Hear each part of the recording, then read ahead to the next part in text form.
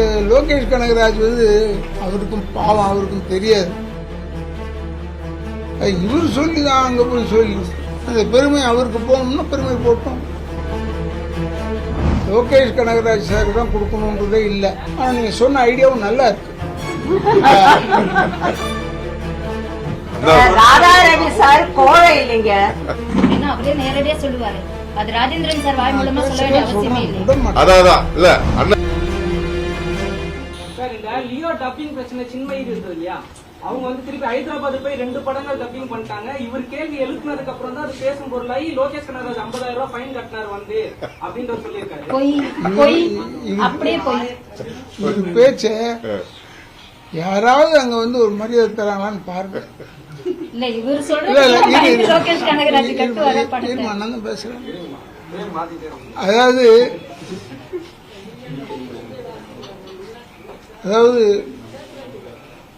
Lokesh Kanagaraj sir தான் கொடுக்கணுன்றதே இல்லை. யார் நடிச்சாங்கன்னு பார்த்தேன். யார் அவன் வெளியே பப்ளிக்கா பேசலாமா? டிஸ்டர்பன்ஸ்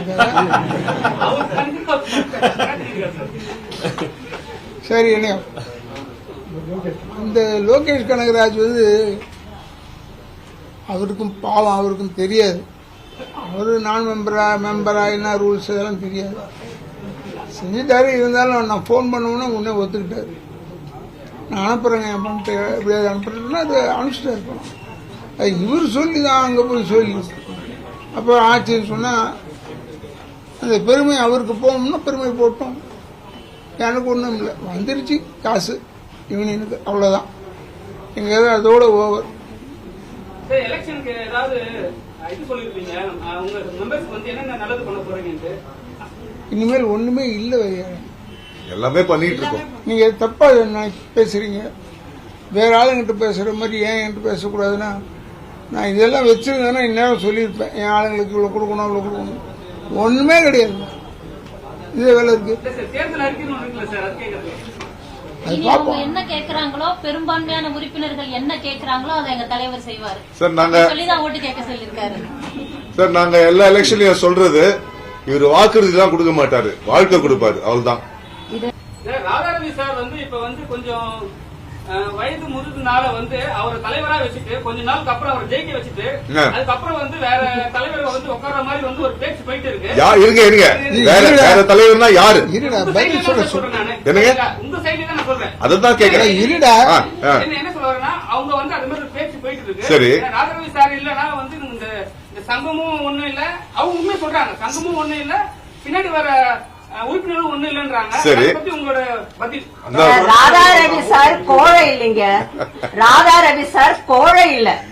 நான் இப்போ வரேன், நான் வர்ற மாதிரி வரேன், 2 மாசம் கழிச்சதுக்கு அப்புறம் கதிர் நீ வா இல்ல துர்கா நீ வா அப்படின்னு சொல்றதுக்கு அவர் கோழை கிடையாது. அப்படியே நேரடியா சொல்லுவாரு. அது ராஜேந்திரன் சார் வாய் மூலமா சொல்ல வேண்டிய அவசியமே இல்லை. அதான் இல்ல அண்ணன், அதுக்கு அண்ணன் வந்து சொல்லுவாங்க. அதாவது அவர் சொல்றது என்னன்னா, ராதாரவி சார் இப்படி பண்றாரு, இப்படி பண்ண போறாரு. அவங்க யூனியனை விற்க போறது இல்ல. நான் எப்படியோ போறேன்பா, நான் இப்ப ஜெயிக்க போறேன், ஜெயிச்சுட்டு நான் வேற தலைவர் கொடுக்குறேன். ஆனா யூனியனை விற்க மாட்டேன்ல. அந்த சட்டப்படி என்னன்னா யூனியன் விற்க முடியாது. இப்ப எனக்கு தெரியாதுன்னு சொல்ல முடியாது. நான் தலைவர் ஆயிட்டேன்னா உப தலைவர்களை தான் உள்ள கொண்டாடலாம் நீங்க சொல்றபடி ஐடியால. ஆனா நீங்க சொன்ன ஐடியாவும் நல்லா இருக்கு. நான் ஜெயிச்சுட்டு அப்புறம் அவர் இல்லைன்னு சொல்லு